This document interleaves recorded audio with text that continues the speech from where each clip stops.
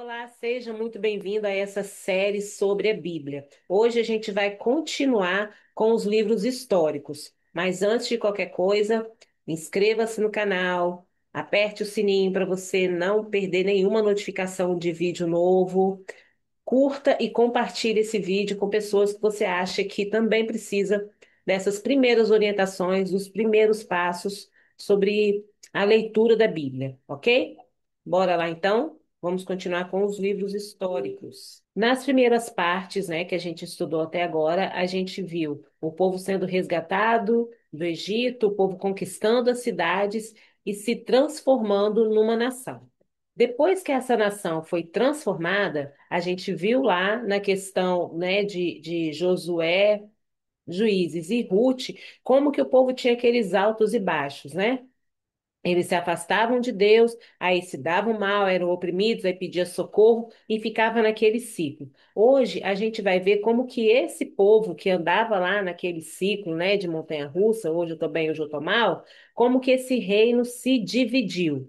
A gente tinha um reino único, que era descentralizado, tinha suas tribos, mas era um reino único. Aqui a gente vai começar a ver a divisão desse reino. A gente vai estudar os livros de Primeira, Segunda Samuel, Primeira e Segunda Reis. Qual que era o contexto? A gente está agora entre os séculos 11 e o século 6 antes de Cristo. Enquanto Israel está passando da teocracia, ou seja, Deus era o comandante, era o governante do reino, para passar a ter um rei humano, né? O Israel está passando de teocracia para uma monarquia. E como que estava o mundo ao redor, o mundo daquela época? O Egito, lembra que lá no início ele era uma grande potência e depois ele começou a decair? Ele está com uma instabilidade interna. Então, é um país em crise, né? A Síria, lembra que a Síria, ela estava crescendo, ela agora é uma grande potência, ameaçadora. E a Babilônia, lembra que eu falei lá no vídeo anterior que tinha que a Mesopotâmia ela estava toda fragmentada, mas tinha duas cidades que estavam crescendo e uma delas era a Babilônia. Enfim, aqui a Babilônia ela já tá crescendo e ela ao final desse período ela já vai estar dominando tudo, ok? Israel está no meio desse tabuleiro geopolítico, assim como ele está hoje, né? Sempre. E existem grandes potências ali ao redor que estão em conflito, ok?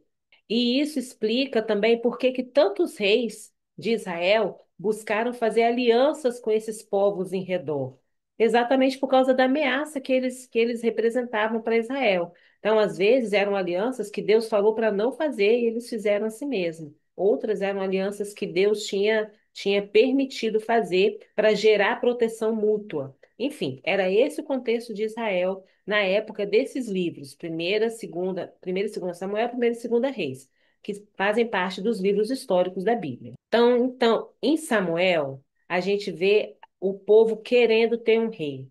Eles tinham juízes, e aí eles começam a olhar para os povos ao redor, todo mundo tinha rei, e aí eles também queriam ser rei. Gente, olha bem o perigo da comparação, né? Você ficar se comparando e querer o que o outro tem. Às vezes aquilo que o outro tem não é para você. Israel estava muito bem lá, tendo Deus como centro. Aí o que que eles resolvem fazer? Olhar para o lado, ver os outros povos, a gente quer um rei também. Ok, né? Deus nos deu um livre-arbítrio, então Deus foi e deu um rei para eles. Nesses livros a gente tem alguns personagens que são icônicos, que são os principais, digamos assim. São livros muito densos, com muitas histórias. Então tem muitos personagens, mas eu resolvi aqui colocar esses três. Ana, Saul e Davi. Por quê? Ana foi uma mulher que era estéril, e naquela época você não ter filho era extremamente humilhante, vergonhoso, entendeu?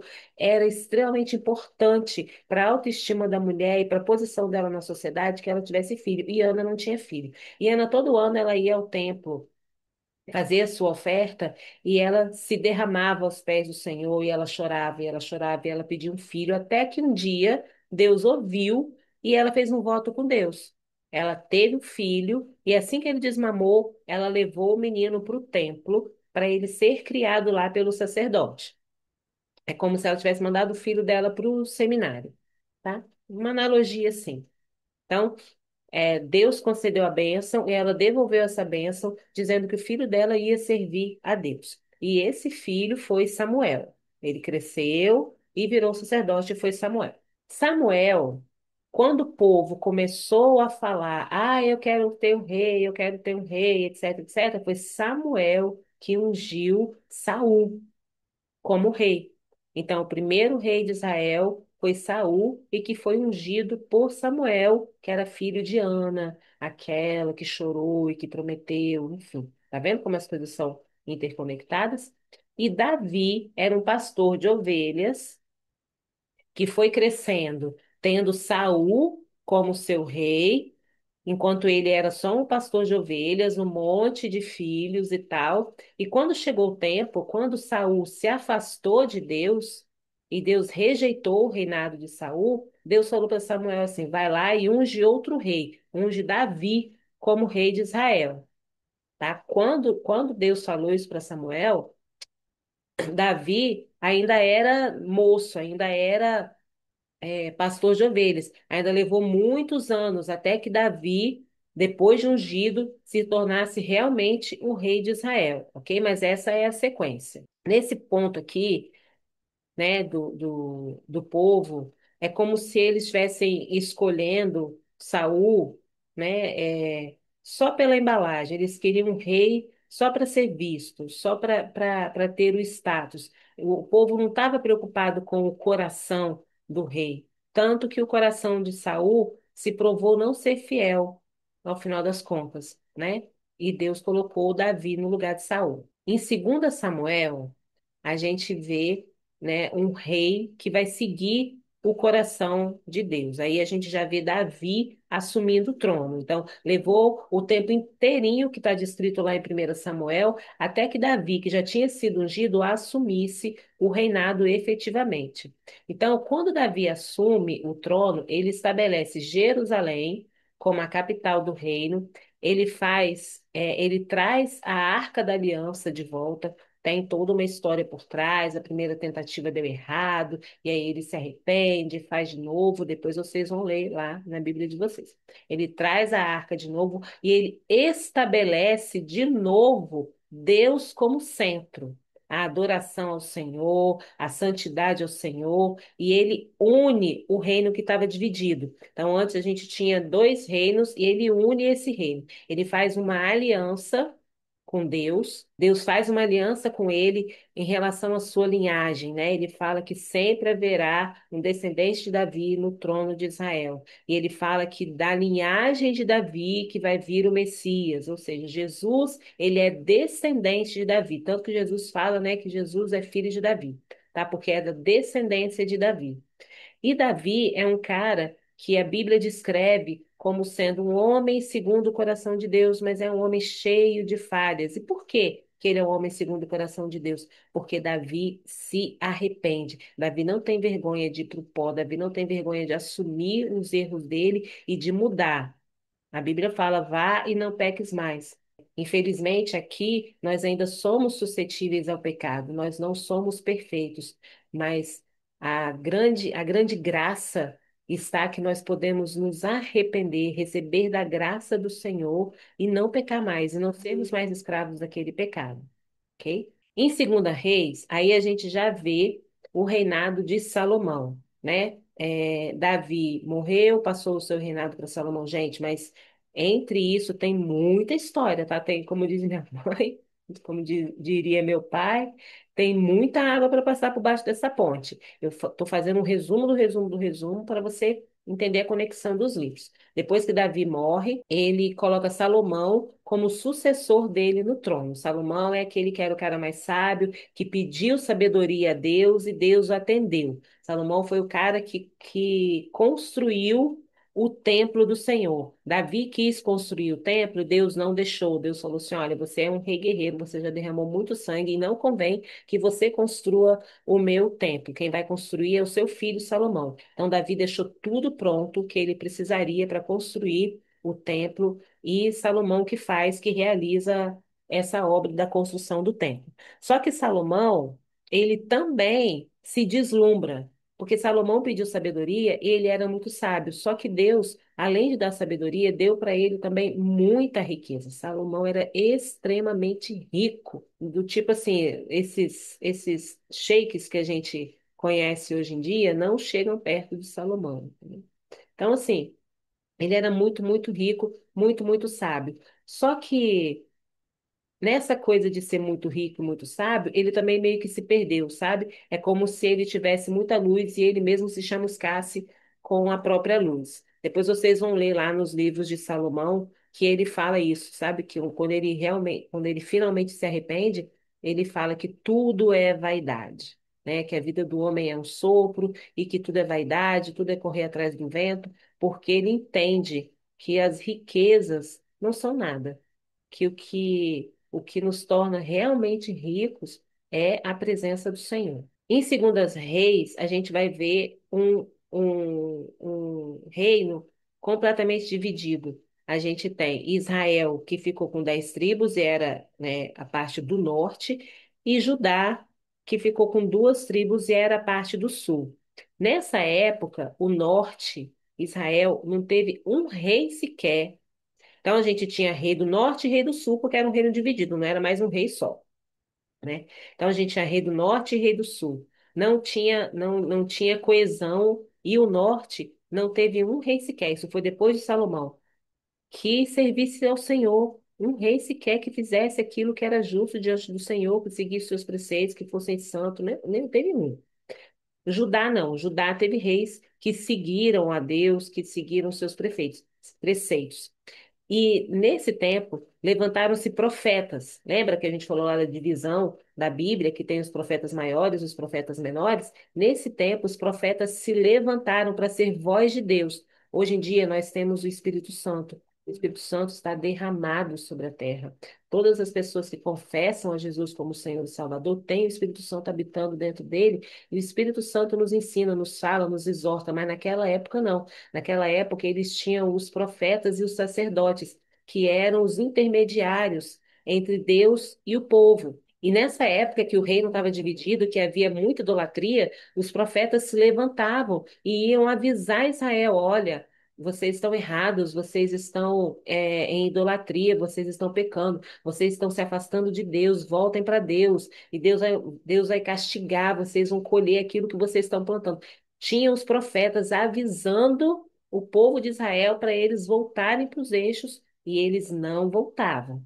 E aí vem o juízo. Israel cai para a Síria. Lembra lá no início, quando eu falei do contexto que foi escrito Gênesis, que a Síria estava crescendo naquela época. Então, quando chega aqui, nesse período aqui dos reis, a Síria já é grande e Israel cai, ele é atacado pela Síria e eles são levados cativos. Judá é atacado pela Babilônia, lembra aquela outra cidade da Mesopotâmia que eu falei que estava crescendo? Judá é atacado pela Babilônia, o templo é completamente destruído e o povo vai para o exílio na Babilônia. Eles são levados como escravos para a Babilônia, ok? Como esses livros, esses personagens falam sobre Jesus? Enfim, Samuel, a gente vê Jesus como um rei que é justo, que representa Deus, mas que é o próprio Deus encarnado. Davi, a gente vê que Jesus é o filho de Davi, é o rei eterno que governa com justiça e misericórdia. Salomão, Jesus é a própria sabedoria de Deus em pessoa. Você pode ver isso lá em 1 Coríntios 1:24.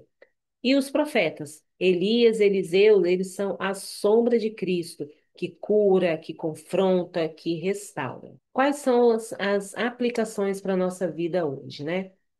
Primeiro, nem tudo que reluz é ouro, nem tudo que tem brilho é glória. A gente precisa ter discernimento das coisas, sabe? Tudo me é lícito, mas nem tudo me convém. Às vezes uma porta é muito boa, mas ela não é boa para você, né? O povo de Israel queria um rei. Ter um rei podia ser muito bom para outro povo, mas não era para o povo de Israel. Mas eles quiseram e eles tiveram. Um coração inteiro é melhor do que bom desempenho. É melhor você ser rendido ao Senhor, do que você fazer coisas demais ao Senhor. Deus não quer as suas mãos, Ele não quer as suas obras, Ele não precisa disso. Ele é completo em si mesmo. Ele quer o seu coração. Deus levanta vozes proféticas em tempos sombrios. Ouça os seus líderes, ouça os seus pastores. Existem pessoas que são levantadas por Deus para dar direcionamento ao povo.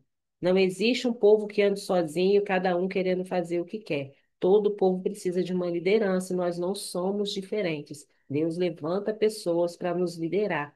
Ouça os seus líderes, respeitem os seus líderes.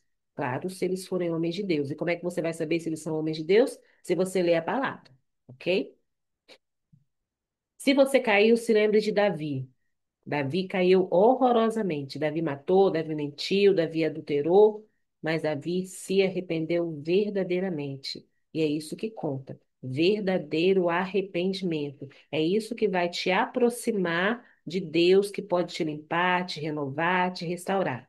Jesus é o rei que reconstrói todas as coisas. Hoje ele continua sendo esse rei que reconstrói todas as coisas. Então, se você, como Davi, caiu, se arrependa, volte-se para Jesus e ele vai te reconstruir. Bom, esses livros eles são uma montanha-russa, né? O povo tem altos e baixos espirituais. Uma hora eles estão em glória, outra hora eles estão em ruína por conta dos seus próprios atos.